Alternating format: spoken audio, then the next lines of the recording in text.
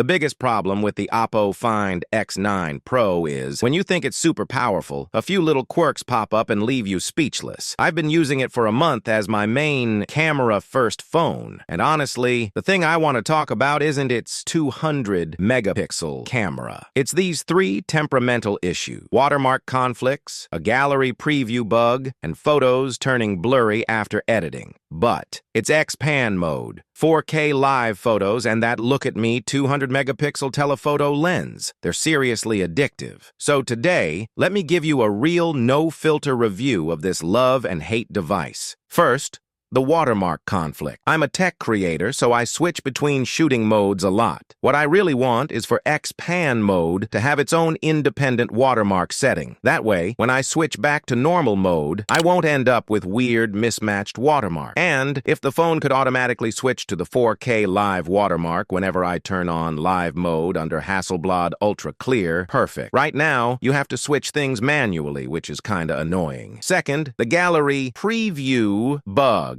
If I haven't used the phone for a while, then open the camera, take a shot, and tap the bottom left preview. There's a good chance it jumps to the previous photo instead of the one I just took. My OnePlus 15 had the same issue, so it's probably a ColorOS 16 problem. I've already reported the bug. The third issue is an old one. Whenever you edit a photo or change the watermark, the photo's resolution drops. A 200-megapixel or 50-megapixel photo instantly becomes just 14 megapixel after editing. This has been happening for years. I compared it to the Orange brand and iOS, and their edits don't reduce resolution at all. But honestly, despite these quirks, ColorOS 16 is still one of the best Android systems in China right now. Alright, enough about the downsides. Let's talk about the OPPO Find X9 Pro's actual camera performance. Xpan mode surprised me the most. If you love photography, this mode is pure emotional value. It even plays a switching film roll sound when you change filters. The filters are way better now, and the developing animation plus sound after you press the shutter. Chef's kiss. It finally feels like a Hasselblad experience instead of a generic shutter sound. There's also a new slider in the viewfinder that lets you zoom in and out super easily. Here are some of the shots I took with Xpan.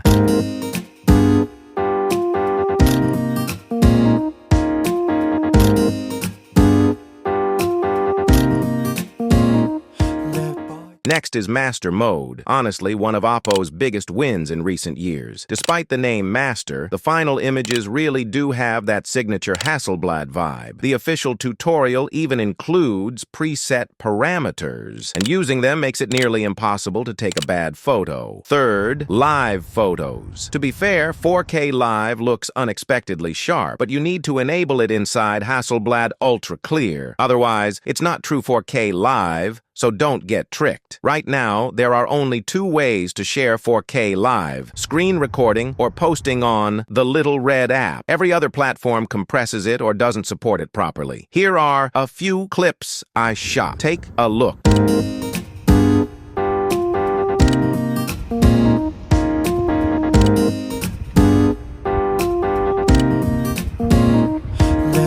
And finally, the 200-megapixel telephoto lens. Let's be honest, with the long exposure time and multi-frame stacking, the clarity is crazy good. Perfect for taking a picture, then zooming in and zooming in and zooming in just to flex on your friends. Other than that, I mostly use it for recomposing images when editing in third-party apps. Okay, that's everything for today's video. If you agree with any of this, make sure to drop me a free like. I'm Kenneth, and I'll see you in the next video.